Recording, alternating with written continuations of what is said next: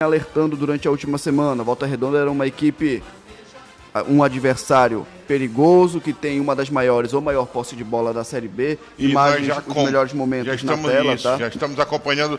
Você que está ligado na 98.9, quiser assistir neste exato momento, nosso canal do YouTube de O Liberal, com os melhores momentos. Bora lá, Escudeiro. É isso. Então, o Remo, por exemplo, a gente vinha falando que o Volta Redonda era uma equipe complicada, com uma das maiores posses de bola da Série B, um time muito ofensivo, que finaliza muito. E o que o Remo fez? Deu a bola para o adversário no início da partida. Só começou a jogar de forma satisfatória após levar o gol. E isso a gente tem que ponderar. Outra situação, mais um jogo que o Marcelo Rangel sai como o melhor em campo. Não é o primeiro, não é o segundo, não é o terceiro. De 9 jogos, nem vai ser o último. E de 9 jogos, pelo menos 5, Marcelo Rangel saiu como o principal jogador da partida. Tudo bem, alguns vão falar, isso é Série B, é verdade. Mas a gente não tem que normalizar os erros. Tá? É só um adendo com relação a isso. Eu não vou aqui destacar as últimas partidas, vou focar no jogo do último sábado. Escudeiro, esse time não deu chutão. Olha o Volta Redonda aí. Você pode ver o lance do gol do Volta Redonda. Olha o Volta Redonda, não dá chutão. Não dá chutão. E eu perguntei pro presidente antes da partida por que do time tá assim. É porque é a realidade da equipe, Paulo. Eu acredito que o Volta Redonda, se tivesse um poder de investimento um pouco maior... Ele falou, se eu pudesse contratar 4 posições assim, daquelas diferentes... Pois é. E aí o time fica limitado a jogadores que estavam escanteados em times de Série B, Série A, jogadores de Série C, jogadores de Série D, jogadores do campeonato ali carioca, do futebol do Sudeste, do Espírito Santo, do interior de Minas Gerais. Então a equipe fica limitada. Se esse time do Volta Redonda tivesse uma condição melhor para investir e algumas peças melhores também no elenco, poderia estar em uma situação bem melhor também na Série B do Campeonato Brasileiro. Olha aí o gol do Volta Redonda. Começou no goleiro, foi para o zagueiro, do zagueiro para o volante, do volante para o meio campo, de uma ponta para outra, de um lateral para o outro. E um gol de uma jogada trabalhada. O gol do Remo também foi um gol muito bonito. O passe de letra ali do Messinho pagou o ingresso, né? De dar o tapa ali, bota o Pedro Rocha na cara do gol. É isso. Então, e o que a gente vinha destacando, saindo do Volta Redonda, indo para o Remo, a gente destacou, eu falei aqui na sexta-feira, no Momento do Esporte do Liberal Notícias, tá?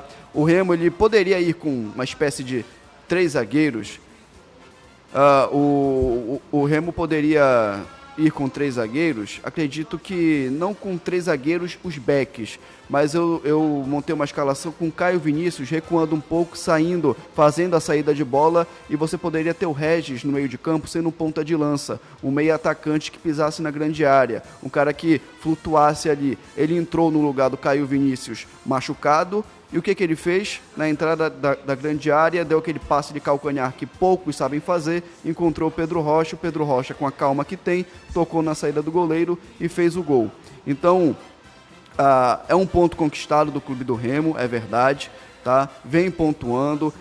Muitos pintaram essa partida como um jogo para o Remo amassar e golear. Eu sempre defendi que não era esse tipo de jogo, como não foi. Agora o Remo tem que levantar a cabeça. O Daniel Paulista é um outro ponto que me incomoda também, ou que me deixa pensativo com uma reflexão. Mais uma coletiva de imprensa que o Daniel Paulista diz que o time não jogou tão bem, que teve alguns erros, alguns equívocos, mas o resultado, de certa forma, vem. E alguns podem defender a questão de desempenho e resultado, ok. Mas também a gente não pode esconder que o Remo é o vice-líder, é o único time invicto, que está pontuando em todas as rodadas, e que vamos à 10ª rodada e o Remo está na vice-liderança. Vai ter que secar o Vila Nova? Vai ter que secar o Vila Nova, mas está na vice-liderança. E é algo para enaltecer muito, para destacar muito. Agora vai para um jogo extremamente difícil, que para mim é um jogo que, se vier com empate de Alagoas, não é ruim. Você vai pegar um time calejado na Série B, um time que vem em um momento muito bom, eliminou o Santos na Copa do Brasil, é um time que não tem um meio de campo que muitos queriam ter, principalmente com o GG ali. Então, o Remo vai a Alagoas, vai pegar um estádio possivelmente lotado com a torcida regatiana, e se vier com um ponto, o ideal é vir com 13 e voltar a vencer. Mas, se vier com um ponto, pontuando também vai ser um cenário satisfatório para o clube do Remo, Paulo Fernando. Eu estou acompanhando atentamente o que você está falando aí, a respeito do que foi o Remo, da posição do treinador. Eu só tenho uma coisa a falar. Não temos jogo fácil na Série B. Nunca vai ter. Não temos. Isso que você viu do Volta Redonda, você vai ver de muitos times que vêm a Belém. Agora, os nossos clubes, eles têm que aprender a saber receber e saber visitar. Por que os caras vêm aqui e fazem a gente sofrer e quando a gente vai lá, a gente tem que aprender a fazer os caras sofrer lá também? O Volta Redonda armou uma estratégia muito inteligente. Ele meteu 5, povoou o meio-campo do Remo. Aliás, o meio-campo ali, ele povoou. Não deixou o Remo sair no início da partida. Qual era a jogada principal do Remo? Mete no meio pro Pavani ou Jaderson, que não está jogando. Ele povoou, não deixou. E outra coisa, começou o jogo, a torcida do Remo, 30 mil pessoas, ele poderia... Olha, vamos segurar. Segurar é aquilo que eu cobro aqui. Rolou, eu se eu fosse técnico de futebol, o meu time rolou a bola, avança a linha e diz pro caboclo, ei, nós estamos aqui. Entendeu? Pois é, e o Remo não conseguiu fazer isso. Mas por quê? Porque quando propõe o jogo, Paulo, ele não tem a mesma eficácia quando se coloca como time reativo. Ele tem um padrão de jogo, o Remo ele é reativo. Ele não consegue segurar o jogo, trocar tantos passes, da zaga para o meio, do meio para o Pedro Rocha, para o Janderson, para o Adailton, e contra-ataque, e jogada rápida, e ser eficaz, e ser objetivo. O Remo é assim. O Remo ele explora os erros adversários. Quando tem que propor o jogo, dar aquela troca de passe, segurar o jogo, o Remo até faz, mas não com a mesma eficiência e eficácia como é um time, quando se porta como uma equipe reativa. E nada contra isso. Todo time tem a sua característica. O Remo, no que faz, está fazendo com muita eficácia. Mas nem todo jogo, esse pensamento reativo, ele vai ser o melhor ou o suficiente. Está, até o momento, sendo. Mas, por exemplo, quando pegar um time ainda mais fechado, Volta Redonda se fechou, mas ele atacou também. Só que vão vir times a Belém bem mais limitados que o Volta Redonda e vão estacionar um ônibus ali na frente. E aí o Remo vai ter que girar a bola, vai ter que girar o jogo. Bora ver como o time vai se portar neste cenário de jogo nas próximas partidas.